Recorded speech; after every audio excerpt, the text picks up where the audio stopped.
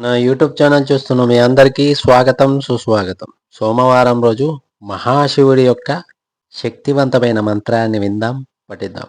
ప్రతి పనిలోనూ ఎదురయ్యే ఆటంకాలను మరియు విఘ్నాలు తొలగిపోవాలంటే సోమవారం రోజు మహాశివుడి యొక్క ఈ మంత్రాన్ని 21 సార్లు పఠిస్తే ప్రతి పనిలోనూ విజయము మరియు ఐశ్వర్యం ప్రాప్తిస్తుంది.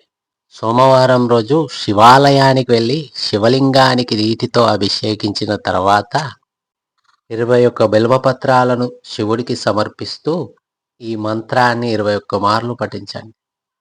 ఆ తదుపరి రోజు నుంచి ప్రతిరోజు ఉదయాన్నే ఈ మంత్రాన్ని 21 సార్లు పఠిస్తే మీరు తలపెట్టిన ప్రతి కార్యమందు విజయము మరియు ఐశ్వర్యం ప్రాప్తిస్తుంది.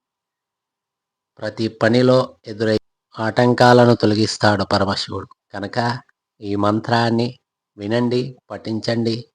మహాశివుడి యొక్క దివ్య అనుగ్రహానికి పాత్రులవ్వండి. ఈ వీడియో నచ్చితే లైక్ చేయండి, షేర్ చేయండి. మరిన్ని వీడియోలకు నా ఛానల్ని సబ్స్క్రైబ్ చేసుకోండి. కామెంట్ రూపంలో ఓం నమః శివాయ అని రాసి పరమేశ్వరుడి యొక్క దివ్య ఆశీస్సులు పొందండి.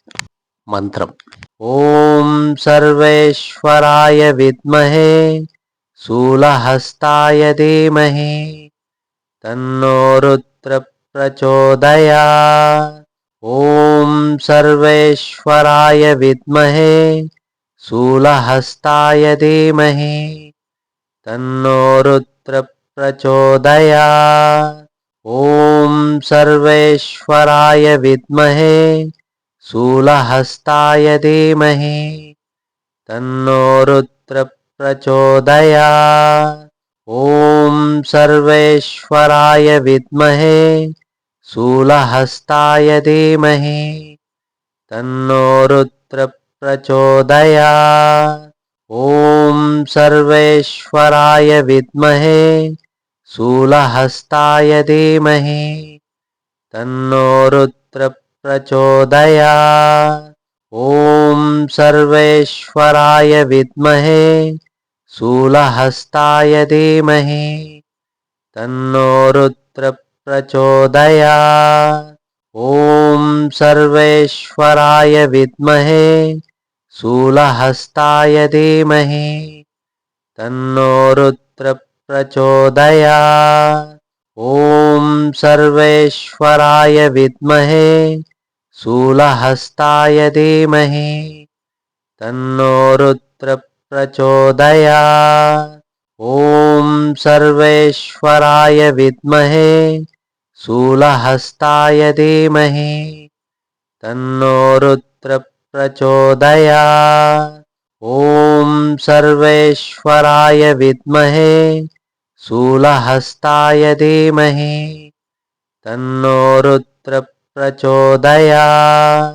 ఓం సర్వేశ్వరాయ విద్మహే శూలహస్తాయ ధీమహి తన్నో రుద్ర ప్రచోదయాత్.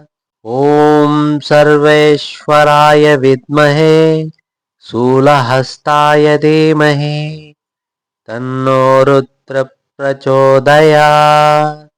ఓం సర్వేశ్వరాయ విద్మహే శూలహస్తాయ ధీమహి తన్నో రుద్ర ప్రచోదయాత్.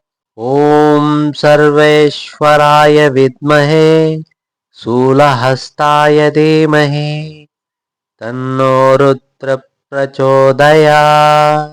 ఓం సర్వేశ్వరాయ విద్మహే శూలహస్తాయ ధీమహి తన్నో రుద్ర ప్రచోదయాత్.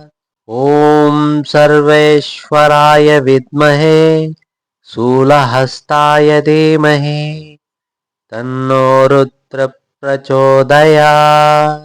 ఓం సర్వేశ్వరాయ విద్మహే శూలహస్తాయ ధీమహి తన్నో రుద్ర ప్రచోదయాత్.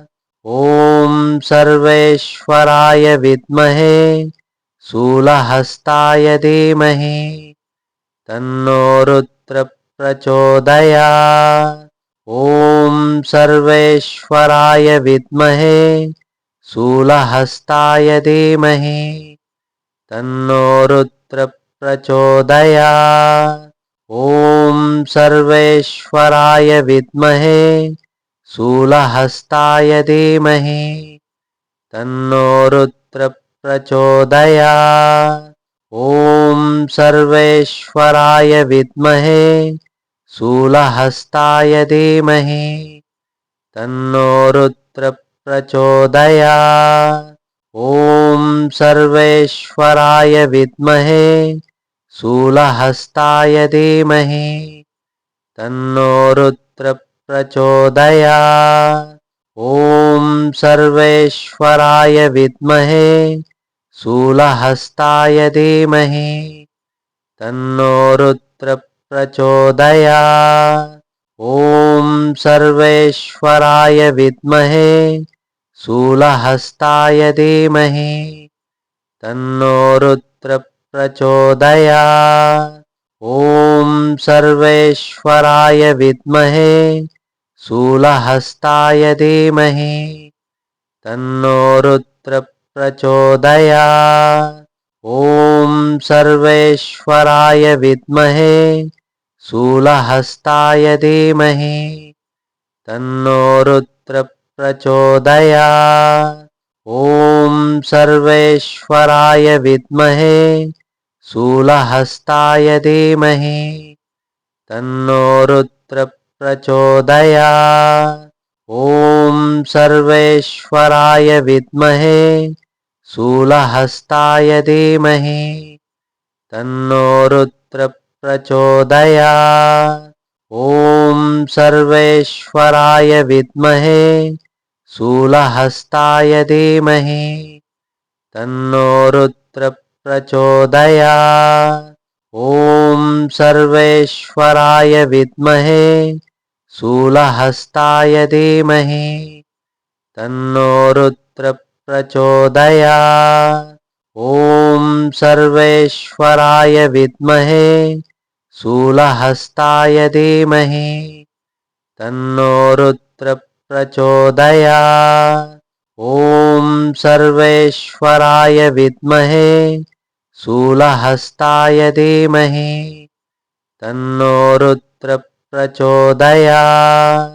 ॐ सर्वेश्वराय विद्महे शूलहस्ताय धीमहि तन्नो रुद्र प्रचोदयात्।